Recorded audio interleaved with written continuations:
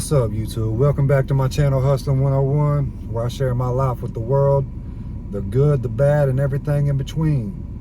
Before we get into this, please do me a favor and hit the like button, comment, and subscribe if you get value out of my content, that is. So, I know I've been promising you guys this video for a while, or this series for a while. This is going to be the first part to this series, the story of my fentanyl addiction. This is going to be the part of how it started. I don't know how long these videos are going to be, so make sure you got time to sit back, grab some popcorn, relax, do what you got to do, and get ready for the show. I'm going to take my time on this series because this is important to me, and I want this to help as many people as possible. The reason I tell my story is to help people not go through what I went through. So let's get into it. Just for the sake of having a starting point to this story, I was dating a girl in Atlanta. It ended up not working out, so we broke up. I ended up staying in Atlanta for a couple of months.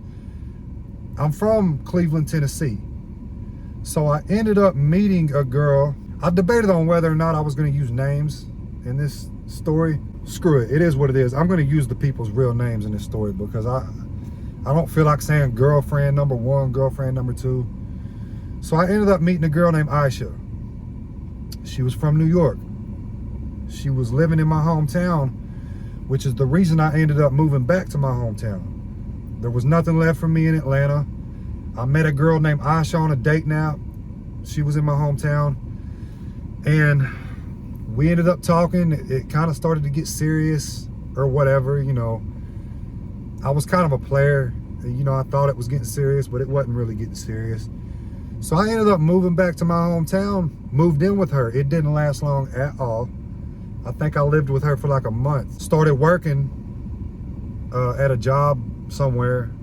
I think it was called Newlyweds or something like that. So it didn't too much work out with me and her. I ended up breaking up with her. I moved in with my brother. And in the mix of me living with my brother, I was still kind of talking to her here and there. But I ended up getting a good job. I ended up getting a good job opportunity at a place called McKee Foods. They make the Little Debbie snack cakes, if you're not familiar with those. They're pretty popular, you probably are. I end up taking that job serious. I started as a temp. I wanted to go full time. I wanted to make it a career. I knew I had a good opportunity on my hands. Just a backdrop on what I've been through. I'm a convicted felon, so job opportunities are kind of hard to come by for me. So I didn't want to play around with this job opportunity. I took it real serious. I was still messing around with women at the time. You know, something I've always done. Women have always been a weakness for me. That's a drug in itself. So me and Asha are still talking. I'm taking this job serious. We're still kind of messing around here and there. And in the meantime, I end up meeting a girl named Constance. I call her Tank for short. I'm messing around with her. I quickly start to realize while I'm messing with her that another backdrop about myself. I've been through drug addiction before. I'm not new to drugs. I'm not new to being around people on drugs. I start noticing weird things about Constance. You know, I kind of figure she's on drugs. I don't really think much of it. I don't care because, you know, she's asking me for money and things like that. You kind of know when somebody's on drugs when you've been through it before. You kind of know what to look for. But, you know, we're having sex and doing all that. I'm not really thinking too much of it. And I'm still messing with Asha on the side too. It don't take Constance long to figure out that I'm a player and I'm just in it for the sex. I'm not really trying to date or nothing like that. So she kind of distances herself a little bit, but not really, because we're still kind of seeing each other. I'm seeing multiple other women, but at this particular time, Constance and Asha are the two main women that I'm messing with at the time. While I'm working my job, I'm working hella overtime at this job too, and I'm still making time for women and the gym and doing all this. You know, I'm crazy, guys. I don't know, but so me and Aisha end up getting together one night, and we're talking about getting back together. We go to my brother's house to see a UFC fight. I think it was the Conor McGregor, Dustin Poirier 2 fight, to be exact. And I've got to say all this because this is going to lead into, these are important parts of the story. That's why I said this might get long. So sit back, relax, grab some popcorn. We're hanging out one night and we go to my brother's to watch this fight. Okay, the fight goes well, everything. I'm devastated because my fighter loses, Conor. I'm a big fan of Conor McGregor. He loses the fight. That's not important. So we leave. I'm about half lit at this point. I'm drunk. Aisha is in actually this truck right here that I'm sitting in. And we go back to my house for a little while, but she has kids, so she wants to go back home. I didn't feel like driving. I have two vehicles at this point. I've got a car and a truck. So I can just give her my truck key. I'll tell her to go ahead and drive my truck back home. I don't feel like getting back out. I don't want to risk it getting pulled over or whatever. Take my truck back home. Okay, cool. I've got my car. I proceed to go to work. We're talking, trying to get serious again, trying to, see where things go. We might get back together or whatever. So I'm driving my car. We end up getting into an argument one night while I'm at work because I catch her in a lie, basically. I think she's hanging out with some other guy or something. So I'm like, whatever. I'm not about to play this game. I get off work. I'm working second shift at this point. My shift was from 2 p.m. to 10 p.m. So I already got it in my head what I'm gonna do when I get off work. I get off work, I hit up Constance. I'm like, yo, what you doing? She ain't doing nothing. I'm like, hey, let me come pick you up. And she knows that I'm messing with Aisha at this point. I say, let me pick you up. I just broke up with Aisha. I need your help to go get my truck. I needed somebody to drive my car while I get my truck and bring it back home. Okay. Constance didn't really want to do it. I kind of felt bad for her in this situation because I was like, look, nothing's going to happen. Everything's cool. Aisha works about the same hours I do at this point. She's working at a place called Top Golf. So I know what time she gets off, around about. So I'm trying to hurry up and go over and get my truck before she gets off. That way I don't have to deal with no conflict because I know she's going to try to argue and do all that. So I finally talked Constance into helping me get my truck. I go all the way to Athens, Tennessee to pick her up, which is about 45 minutes away from where Aisha lives. I go pick her up. I tell her, yo, you don't have to go back home tonight. You can spend the night with me. It's all good. So I pick her up. We drive back and I hurry up and go to Aisha's house before she gets home from work to get my truck. We get there, everything goes good. She stays in my car. I jump in my truck and I follow her back home. Now the whole time Aisha's trying to call me. I'm not picking up. I told her it's over. She's blowing my phone up the whole time. So I'm following Constance on the way back to my house. I live about 20 minutes from Aisha in the same city. We get about 5 minutes from my house and Aisha starts blowing my phone up hard.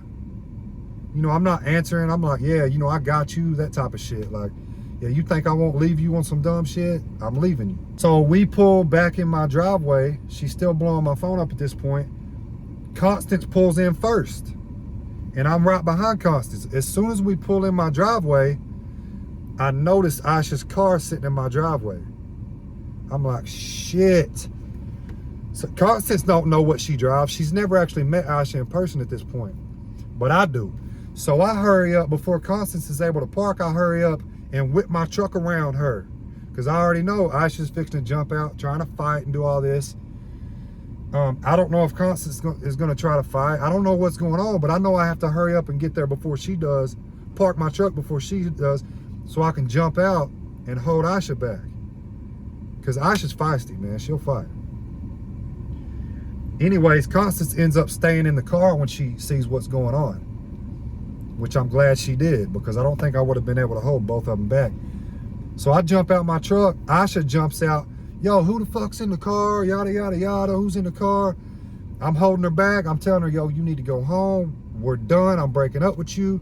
Who the fuck's in the car? She's not having it. She's not having it. She's yelling, get out the car, bitch, whatever. And I'm not telling her it's Constance, but I think she has a good idea that's who it is. Because she knows about, like, these women know about each other. She's yelling, get out the car, bitch, whatever. She's punching me, trying to get past me. This goes on for like 15, 20 minutes. I'm telling her, yo, shut up. The neighbors are going to call the police. Be quiet. Go home. We're done. She ain't having it, like I said. So she tries to yank Constance out the car. She never actually gets to the car because I'm able to hold her back. It's actually hard to hold her little ass back. And Aisha, she's like a little 4'11" Spanish chick from New York, the Bronx, New York. She's feisty as hell. To make a long story short, in the mix of the ruffle, Tank ends up like dropping her purse out in my car. I end up calming Aisha down, and this is crazy, but somehow or another, they end up talking. I'm standing between them. Aisha's not gonna leave until I tell Tank to get in my truck. You know, I'm taking you home. She wanted to make sure that Tank didn't end up spending the night with me. You know, women, right? So I'm like, man, fuck it. I'm too tired for this. I gotta be up for work tomorrow. I'm like, yo, Tank, just go ahead and get out, get in my truck. I'm not gonna let Aisha jump on you. She gets in my truck, in the back seat, right here. Aisha gets in the passenger seat. Oh, and mind you, both of these women are saying they're pregnant by me at this time too, which I'm pretty sure both of them lied. I know both of them lied, but at the time I wasn't sure. So I go to pull out of my driveway, and Tank's like, oh, hold on, go grab my purse out of your car. She left her purse in my car. Now this is an important part, guys. Remember, during the scuffle, she dropped her purse over in my car. So in a rush, I jump out of my truck, go get her purse and try to scrape everything back in her purse and give it to her, because we got about a 30-minute drive to her house and a 30-minute drive back to my house. And like I said, guys, I'm tired. I want to get in bed. So we end up taking her, I end up giving her a purse. We end up taking her home, drop her off, and then I get an earful the whole way back from Aisha. We get back, and Aisha ends up leaving. I try to get her to stay. I'm trying to get laid or whatever. You know what I'm saying? Like, but I strike out. Whatever. It wasn't a big deal to me. Aisha ends up leaving. I'm like, fuck it. It is what it is. I striked out tonight. I'm going to bed. So I go to bed. Now, let's fast forward about a week, I want to say. Let's fast forward about a week. I get a day off from work. I'm cleaning my car out. I'm trying to clean my vehicles out because I got a little extra time. I clean my house. I want to clean my vehicle out. I get to cleaning my car out, right? The car that Constance was in, Tank. In the midst of cleaning my car out, I find a little blue pill. One of the pressed blue M30s, the counterfeit fentanyl pills, for those of you that don't know. And like I said, I've been an addict before, guys. I beat addiction before this. So I know they look like Roxy 30s. That's what they look like. So not really thinking, I pick the pill up and I throw it in the trash can. And then it hits me. I'm like, hold on, that looks like what I thought it was. Just to give a backdrop on, after I got clean, I still would mess around with drugs here and there. You know, I knew not to get too heavy with it, but I still would get high every now and again. I would get drunk every now and again. So I wasn't fully recovered, but I thought I was. So it hits me. I'm like, hold on, that looked like a Roxy. And I pull it back out and I'm like, damn, that's what it is. So I Google it just to make sure. Now it didn't matter because this was a counterfeit pill. I could have died doing this shit. I wasn't keen to the counterfeit pill problem that was going on at this point. I didn't know nothing about it. I'm thinking this is a Roxy 30. So me being the addict that I am, and like I said, I had time off from work. I didn't have to work the next day. I'm like, shit, I'm gonna break this thing in half. And I took it in the bathroom, crushed it down, and snorted it. I'm like, all right, I'm gonna find out what this is. About 15 minutes later, it hits me like a ton of bricks. I'm high as shit. Now my mom comes down to visit me. She's from Nashville, which is where I'm at now. And she comes down to visit me the same day, ironically. So look, this pill gets me so high because I'm not used to something this strong, guys. It makes me sick. But I did like the way it made me feel, right? So me and my mom go out to eat. I think we go to Dos Bros and we get a bowl of a burrito bowl. I eat a little bit of it. I'm too sick to eat, so I take the rest of it home. I'm trying to play it off to my mom, like, yeah, I'm just not really hungry right now. So me and my mom chop it up, whatever. She ends up leaving and going back home. And after that, a few hours have went by. I snort the other half of the pill, and then I go see one of my other girlfriends, which I'm not going to say her name because she doesn't really have nothing to do with this story. I go see another one of my girlfriends, and I spend the night with her or whatever. So the next day, you know, like I said, I'm off work. I hit Tank up on my phone. I'm like, yo, I think you dropped something in my car. I knew it had to be her. Like I said, I got vibes from her that she was getting high. I knew it had to be her. I knew it wasn't Aisha. And she hits me back and she's like, yeah, you owe me $30. I'm like, I don't owe you shit. But can you get some more? And just like that, guys, it started. I had a little connection. I liked the way the pill made me feel.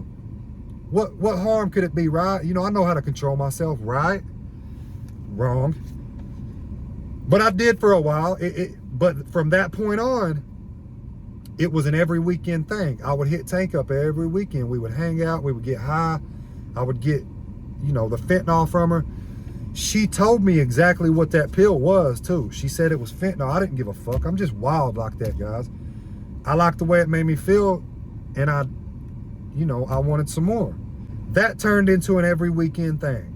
That for a while, it was an every weekend thing. Sometimes I would dabble in the middle of the week, but not very often. We're gonna get into that though. We're gonna get into how it turned really bad, and I ended up losing my job and all kinds of stuff. So make sure you like and comment, subscribe. Make sure you subscribe, because you're gonna want to be subscribed. So when I drop part 2, you know, you'll get the notification for it and all that. You know, hit the bell, turn the notifications on. That's how my fentanyl addiction started, guys. That's how it started. But you already know what it is. I'm just a guy that decided to get on YouTube and share his crazy life with the world. Like, comment, subscribe. This is part 1. I will be coming with a part 2, then a part 3. And as always, peace out, guys.